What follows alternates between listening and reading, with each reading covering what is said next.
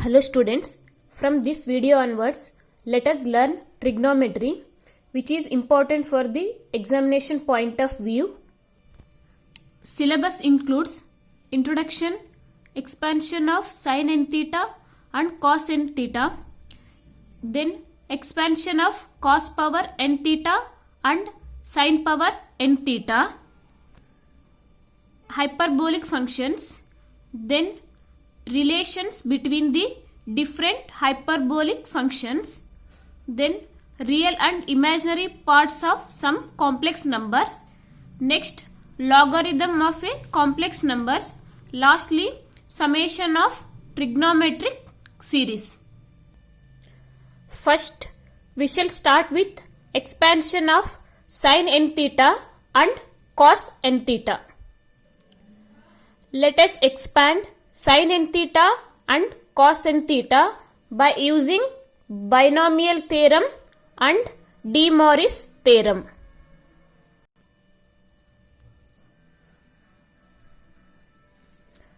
Binomial theorem says x plus a whole power n is equal to nc0 x power n plus nc1 x to the power n minus 1 into a plus nc2 x power n minus 2 into a square plus and so on ncn a power n.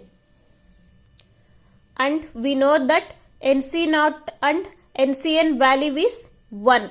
Therefore, x plus a whole power n is equal to x power n plus nc1 into x to the power n minus 1 into a plus nc2 x power n minus 2 into a square and so on a power n.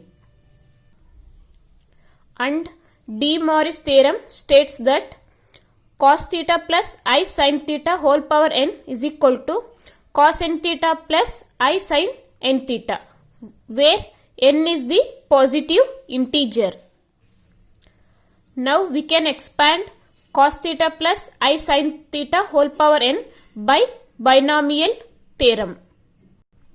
By using De Moivre's theorem, cos theta plus I sin theta whole power n can be written as cos n theta plus I sin n theta. In the right hand side, we can expand this one by binomial theorem. This is of the form x plus a whole power n.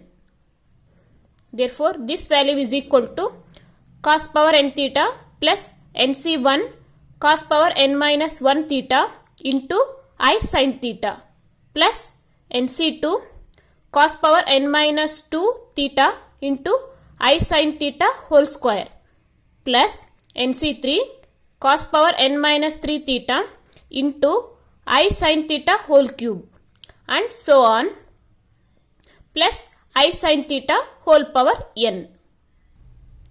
Again now this value is equal to cos n theta cos power n theta plus I into nc1 into cos power n minus 1 theta into sin theta. Here the value I written outside the brackets, and we know that I square value is equal to minus 1. Therefore, here I square value is minus 1. Therefore, minus nc2 into cos power n minus 2 theta into sin square theta. And here I cube value is minus I. Therefore, minus I into nc3 into cos power n minus 3 theta into sin cube theta plus so on I power n into sin power n theta. And we know that if complex number is of the form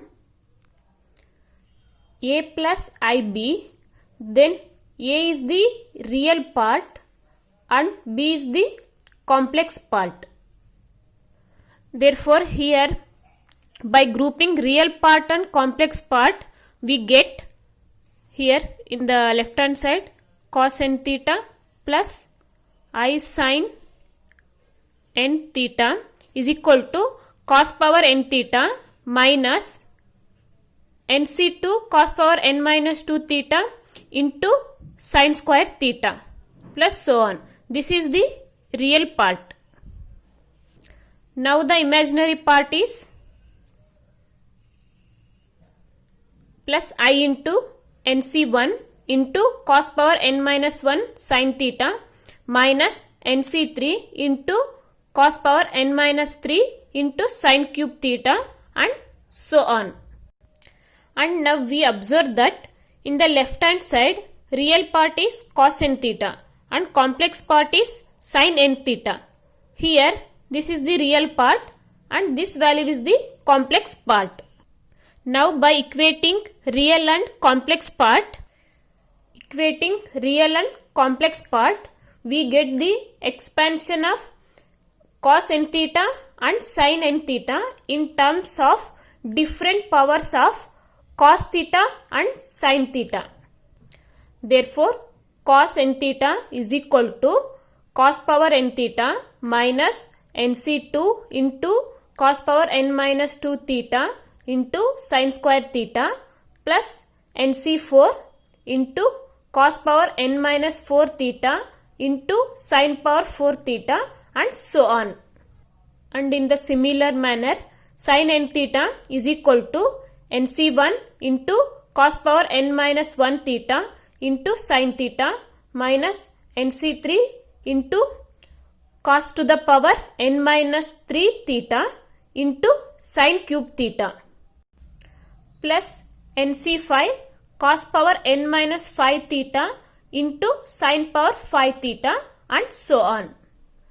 These two expansions are very useful in solving upcoming examples. Thank you.